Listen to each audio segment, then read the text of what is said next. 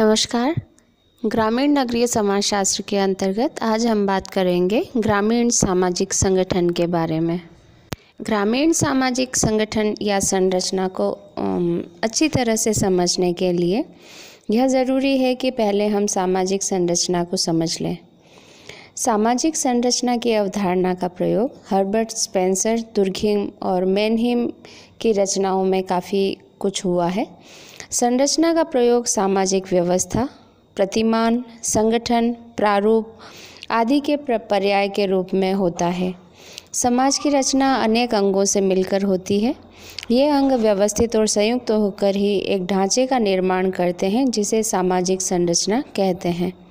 सामाजिक संरचना से समाज की बाहरी आकार या रूपरेखा का बोध होता है। सामाजिक संरचना को समझने के लिए हम शारीरिक संरचना से इसकी तुलना कर सकते हैं। जिस प्रकार से शरीर का निर्माण अनेक अंगों की व्यवस्थित रचना से होता है, उसी प्रकार से समाज का निर्माण भी विभिन्न इकाइयों की व्यवस्थित रचना से होता है। सामाजिक संरचना को परिभाषित करते हुए टोलकट पार्सन्स ने लिखा है कि सामाजिक संरचना परस्पर संबंधित संस्थाओं, एजेंसियों और सामाजिक प्रतिमानों तथा साथ ही समूह में प्रत्येक सदस्य द्वारा ग्रहण किए गए पदों तथा कार्यों की विशिष्ट क्रमबद्धता को कहते हैं। इसी तरह एम गिन्सबर्ग ने कहा है कि सामाजिक संरचना का अध्ययन सामाजिक संगठन के प्रमुख स्वरूपों अर्थात समूहों, समितियों तथा संस्थाओं के प्रकार एवं इन सबके संकुल या कॉम्प्लेक्स जिनसे समाज का निर्माण होता है से संबंधित हैं। सामाजिक संरचना के पूर्ण विवरण के अंतर्गत तुलनात्मक संस्थाओं के संपूर्ण क्षेत्र के विश्लेषण का समावेश होगा।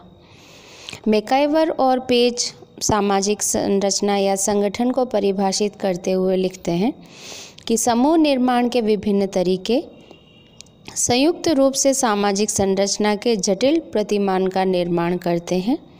सामाजिक संरचना के विश्लेषण में सामाजिक प्राणियों की विविध प्रकार की मनोवृत्तियां तथा रुचियों के कार्य प्रकट होते हैं। बोटोमोर कहते हैं कि सामाजिक संरचना में समाज के प्रमुख समूहों एवं संस्थाओं को सम्मिलित करते हैं। डी.एन. मजूमदार सामाजिक संरचना के अंतर्गत बार बार दोहराए जाने वाले सामाजिक संबंधों के स्थायी पक्षों को सम्मिलित करते हैं। वे इसे व्यक्तियों के पारस्परिक संबंधों का एक प्रतिमान मानते हैं।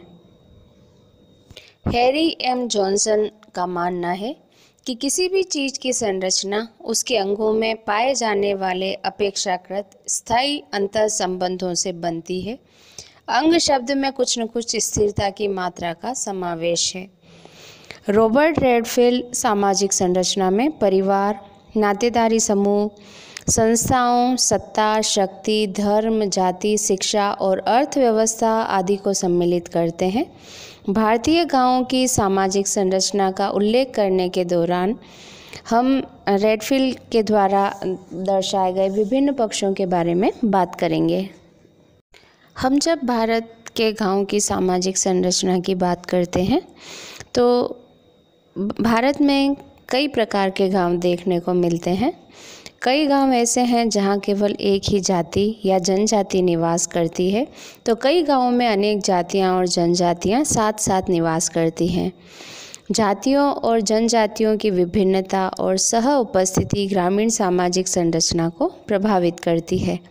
जिस गांव में एक ही जाति या जनजाति रहती है, उस गांव की अपेक्षा बहुजाति या जनजातियों के साथ साथ निवास करने वाले गांव की सामाजिक संरचना जटिल होती है।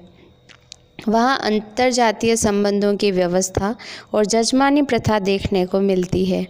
इसी प्रकार से गांव में जनसंख्या की कमी या अधिकता, नगर से दूरी, गांव की भौतिक बसावट, ये भी गांव की सामाजिक संरचना को प्रभावित करते हैं। भारत में प्रादेशिक आधार पर ही ग्रामीण सामाजिक संरचना में भिन्नता पाई जाती है। उत्तर भारत के गांव मध्य एवं दक्षिण भारत के गांव से अनेक आधारों पर अलग हैं, फिर भी सभी गांव की कुछ ऐसी सामान्य विशेषताएं हैं जो सभी भारतीय गांवों में पाई जाती हैं और उनके आधार पर भारतीय गांवों की सामाजिक संरचना की हम स्पष्टीकरण या विवेचना कर सकते हैं। Doctor SC. दुबे का विचार है कि प्रत्येक भारतीय गांव का एक इतिहास होता है, मूल्यों और विचारों की एक व्यवस्था होती है, अतः प्रत्येक गांव को अंतः ग्रामीण संगठन के संदर्भ में ही देखा जाना चाहिए। वह कहते हैं कि भारतीय ग्रामीण संरचना को समझने के लिए लघु स्तर पर अनेक हिस्सों में गांवों का अध्ययन करके हम गांवों के विभिन्न पक्षों और विशेषताओं की जानकारी प्राप्त कर सकते हैं तथा उनके आधार पर भारतीय गांव के बारे में सामान्यीकरण प्रस्तुत कर सकते हैं। इस प्रकार के अनेक अध्ययनों के अभाव में भारतीय गांवों की सामाजिक संरचना का हम स्पष्ट रूप से स्पष्टीकरण नहीं कर सकते। एस.सी. दुबे और अन्य विद्वानों ने भारतीय गांवों की सामाजिक संरचना को दो दृष्टिकोण से समझाने का प्रयास किया है। पहला दृष्टिकोण है भारतीय गांव एक विशिष्ट पूर्ण पृथक इकाई के रूप में, और दूसरा भारतीय ग्राम बड़े समुदाय में एक छोटी संबंधित इकाई के रूप में। भारतीय गांवों की सामाजिक संरचना के प्रमुख अंग या तत्वों की अब हम बात करते हैं। इसके अंतर्गत सबसे पहली संरचना का जो प्रमुख अंग है वह है परिवार, विवाह और नातेदारी। गांव की सामाजिक संरचना की सबसे छोटी इकाई व्यक्ति होता है। व्यक्ति से बड़ी इकाई परिवार, फिर नातेदारी, वंश समूह, उपजाति और वर्ण है। परिवार सामाजिक संरचना और साथ ही भारतीय ग्रामीण सामाजिक संरचना की भी इकाई है। ग्रामीण परिवारों में अधिकांशतः विस्तृत और संयुक्त परिवार देखने को मिलते हैं। ये परिवार मुख्य रूप से पितृसत्तात्मक और पुरुष प्रधान होते हैं। इनका मुख्य व्यवसाय कृषि है। ग्रामीण परिवारों की कई विशेषताएं हैं, जैसे परिवार में मुखिया का कठोर नियंत्रण होता है। 3 या 4 पीढ़ियों के सदस्य एक ही स्थान पर निवास करते हैं। उनका भोजन, पूजन और संपत्ति सामूहिक होती है।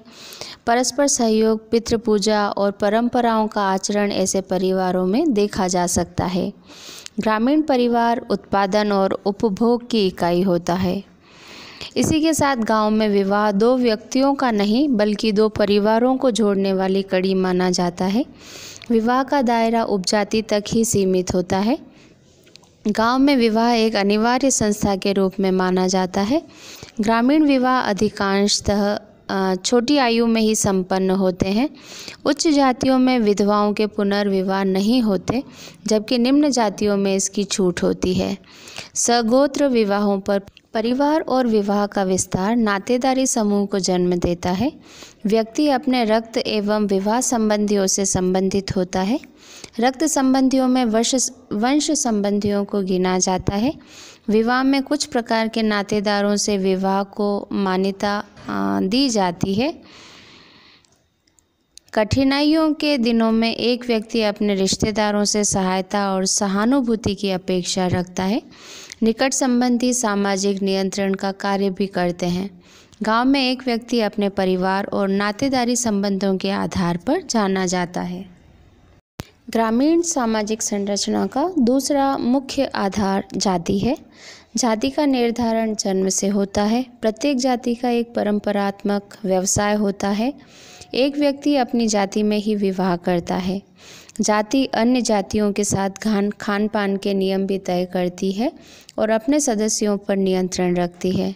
जाति ही गांव में व्यक्ति की सामाजिक परिस्थिति निर्धारित करती है और जातीय संस्कृति का अपने सदस्यों में संचरण करती है।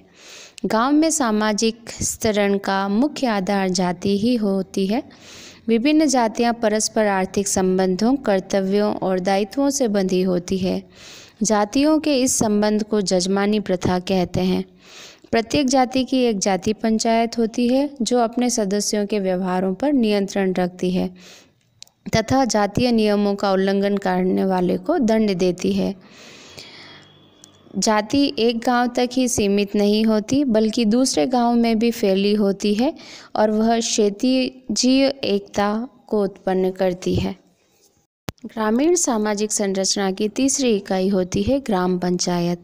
गांव में ग्राम पंचायत सत्ता और शक्ति का केंद्र होती है तथा समुदाय की सामाजिक संरचना को संगठित करती है। ग्राम पंचायत प्रारंभ से ही प्रशासन की इकाई रही है। ग्राम पंचायतों पर परिवार, जाति, वर्ग, वंश आदि का प्रभाव होता है। ग्राम पंचायतें अंतर्वैयक्तिक और अंतर्जातीय संबंधों के निर्धारण में महत्वपूर्ण भूमिका निभाती है। जाति पंचायत ग्राम पंचायतों के कार्य संचालन में योग देती है। परंपरात्मक ग्राम पंचायतों के स्थान पर वर्तमान में पंचायती राज के द्वारा नई पंचायतों की व्यवस्था की गई है, जो अधिक प्रजातंत्रीय प्रणाली पर आधारित है। गांव में इस नई व्यवस्था ने ग्रामीण शक्ति संरचना, नेतृत्व, गुटबंदी तथा दलीय प्रणाली के नए आयामों को जन्म दिया है। ग्राम पंचायतें गांव में अनेक प्रशासकीय, सामाजिक और राजनीतिक कार्य करती है। गांव की सफाई, रोशनी, शिक्षा, संघर्षों का निपटारा, चरागाह भूमि की सुरक्षा, विकास और न्यायिक कार्य गांव पंचायत के अधिकार क्षेत्र में आते हैं। पंचायती राज में गांव स्तर पर पंचायत, खंड स्तर पर पंचायत समिति और जिला स्तर पर जिला परिषद की स्थापना की गई है। ग्रामीण आर्थिक संस्थाएं भी ग्रामीण सामाजिक संरचना का भाग है। गांव की अर्थव्यवस्था जाति व्यवस्था पर आधारित है। यहाँ अधिकांश लोग कृषि के द्वारा अपना जीवन यापन करते हैं।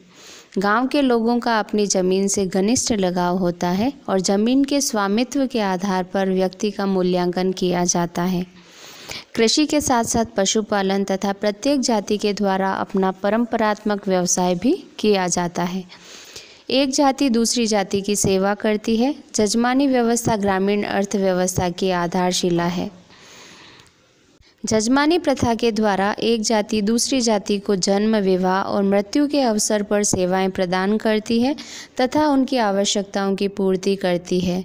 वह बदले में सेवा प्राप्त करने वाली जाति से पुनः सेवा प्राप्त कर सकती है, वस्तुओं में या नगद भुगतान प्राप्त कर सकती है।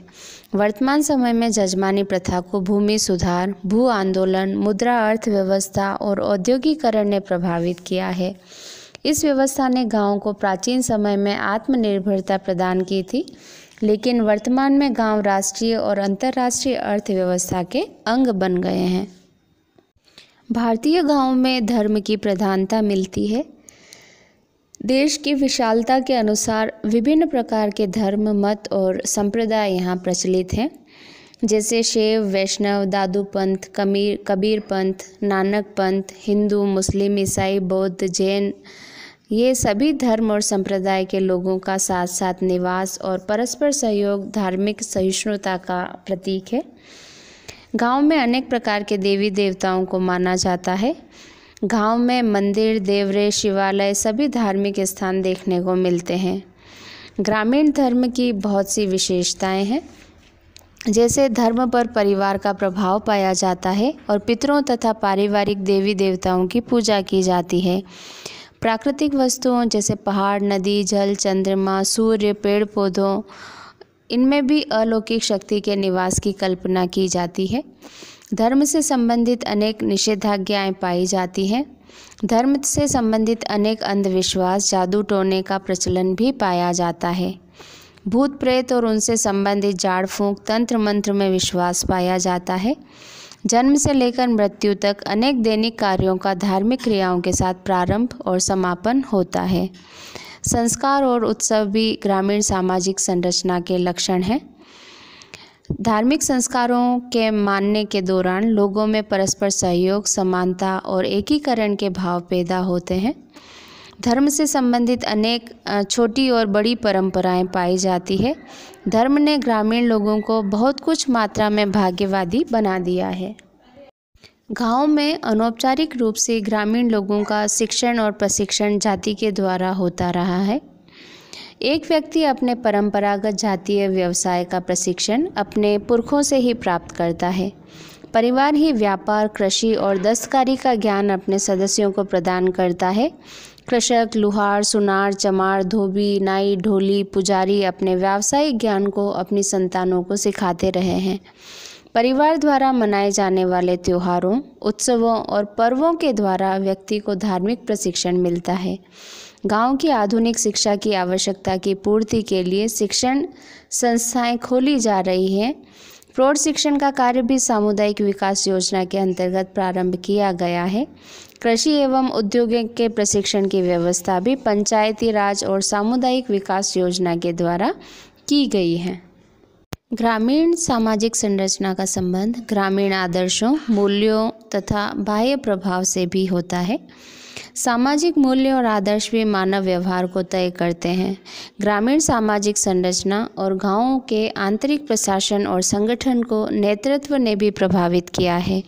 गांव की सामाजिक संरचना के उल्लेख के दौरान गांव में होने वाले नवीन सामाजिक परिवर्तनों का भी उल्लेख किया जाना चाहिए। वर्तमान में ग्रामोत्थान की अनेक योजनाएं प्रारंभ की गई हैं।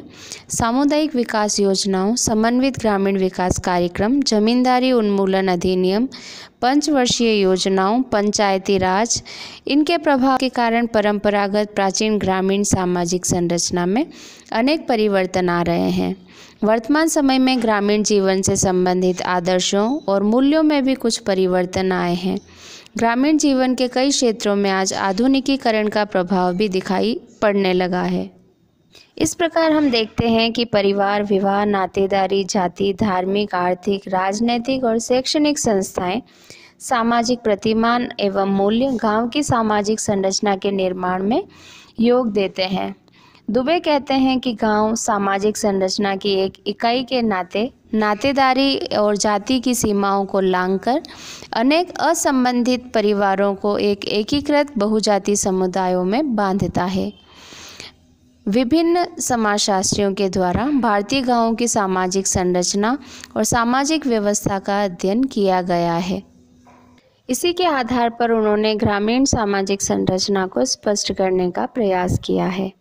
इसी के साथ आज का ये वीडियो हम यहीं समाप्त करते हैं। अगले वीडियो में हम बात करेंगे नगरीय सामाजिक संरचना के बारे में।